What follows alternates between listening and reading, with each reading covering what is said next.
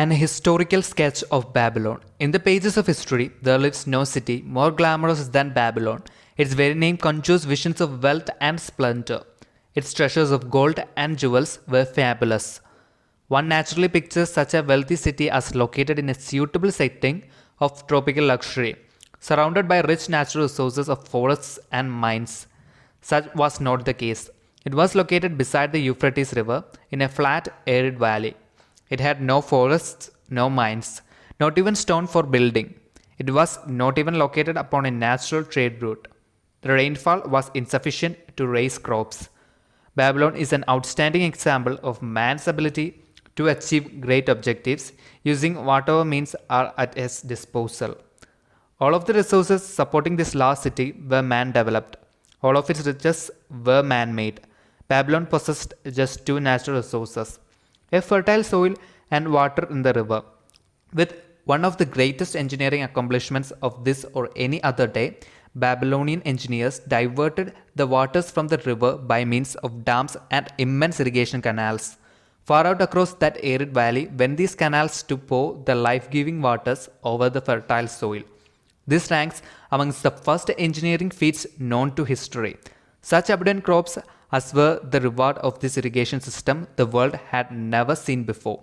Fortunately, during its long existence, Babylon was ruled by successive lines of kings to whom conquest and plunder were but incidental. While it engaged in many wars, most of these were local or defensive against ambitious conquerors from other countries who coveted the fabulous treasures of Babylon. The outstanding rulers of Babylon live in history because of their wisdom, enterprise, and justice. Babylon produced no strutting monarchs who sought to conquer the known world that all nations might pay homage to their egotism. As a city, Babylon exists no more. When those energizing human forces that built and maintained the city for thousands of years were withdrawn, it soon became a deserted ruin. The site of the city is in Asia, about 600 miles east of the Suez Canal, just north of the Persian Gulf. The latitude is about 30 degrees above the equator, practically the same as that of Yuma, Arizona. It possesses a climate similar to that of this American city, hot and dry. Today, this valley of the Euphrates, once a populous irrigated farming district, is again a windswept arid waste. Scant grass and desert shrubs strive for existence against the windblown sands. Gone are the fertile fields, the mammoth cities, and the long caravans of rich merchandise. Nomadic bands of Arabs securing a scant living by tending small herds are the only inhabitants. Such it has been since the beginning of the Christian era. Dotting this valley are earthen hills. For centuries, they were considered by travelers to be nothing else. The attention of archaeologists were finally attracted to them because of broken pieces of pottery and brick washed down by the occasional rainstorms. Expeditions, financed by European and American museums, were sent here to excavate and see what could be found. Picks and shovels soon proved these hills to be ancient cities. City graves they might well be called. Babylon was one of these. Over it for something like 20 centuries, the winds had scattered the desert dust. Built originally of brick, all exposed walls had disintegrated and gone back to earth once more. Such is Babylon, the wealthy city, today.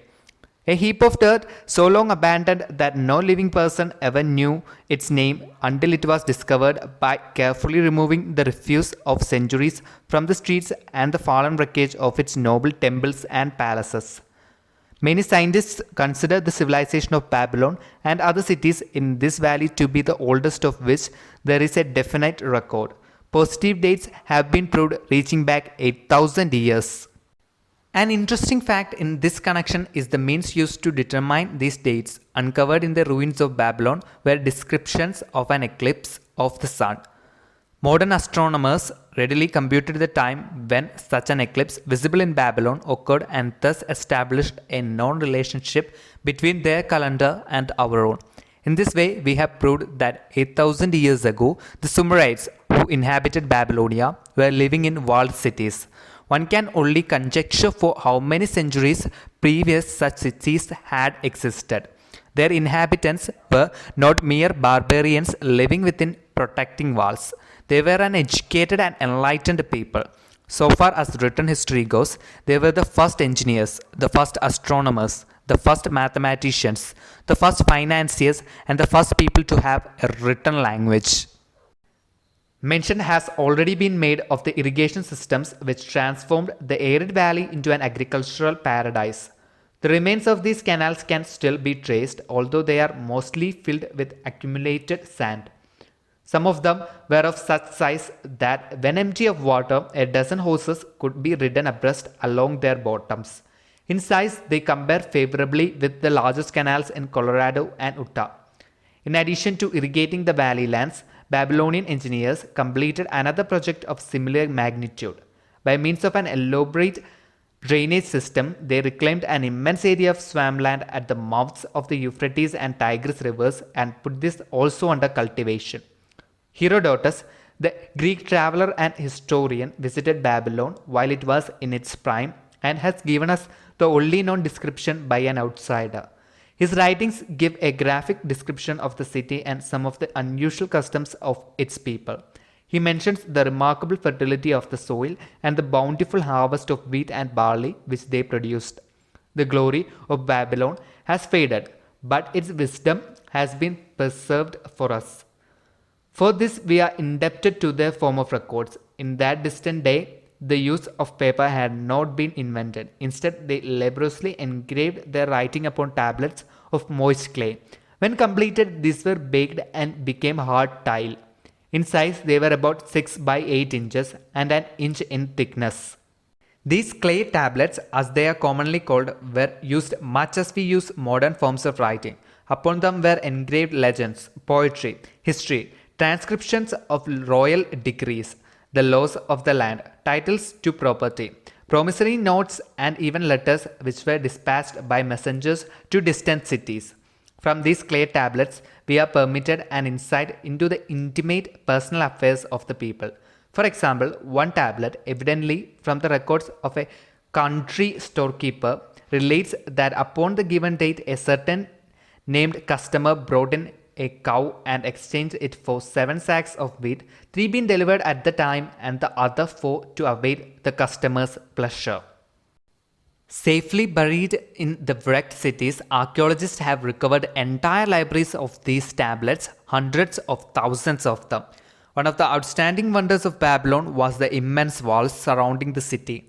The ancients ranked them with the Great Pyramid of Egypt as belonging to the 7 wonders of the world.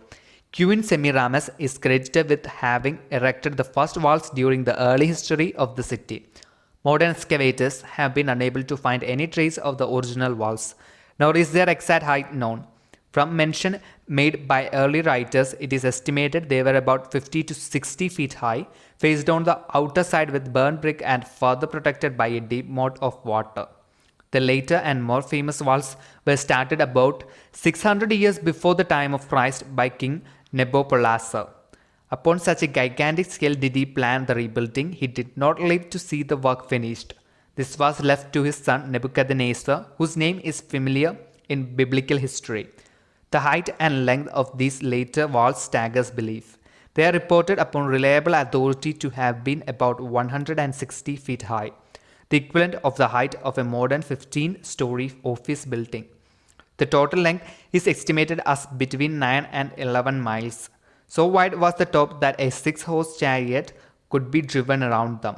Of this tremendous structure, little now remains except portions of the foundations and the moat.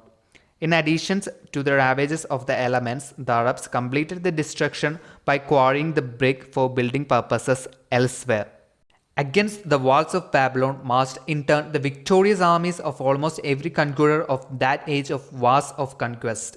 A host of kings laid siege to Babylon, but always in vain. Invading armies of that day were not to be considered lightly. Historians speak of such units as 10,000 horsemen, 25,000 chariots, 1,200 regiments of foot soldiers with 1,000 men to the regiment. Often 2 or 3 years of preparation would be required to assemble war materials and depots of food along the proposed line of march. The city of Babylon was organized much like a modern city. There were streets and shops. Peddlers offered their wares through residential districts. Priests officiated in magnificent temples. Within the city was an inner enclosure for the royal palaces. The walls about this were said to have been higher than those about the city. The Babylonians were skilled in the arts. These included sculpture, painting, weaving, gold working, and the manufacture of metal weapons and agricultural implements. Their jewelers created most artistic jewelry. Many samples have been recovered from the graves of its wealthy citizens and are now on exhibition in the leading museums of the world.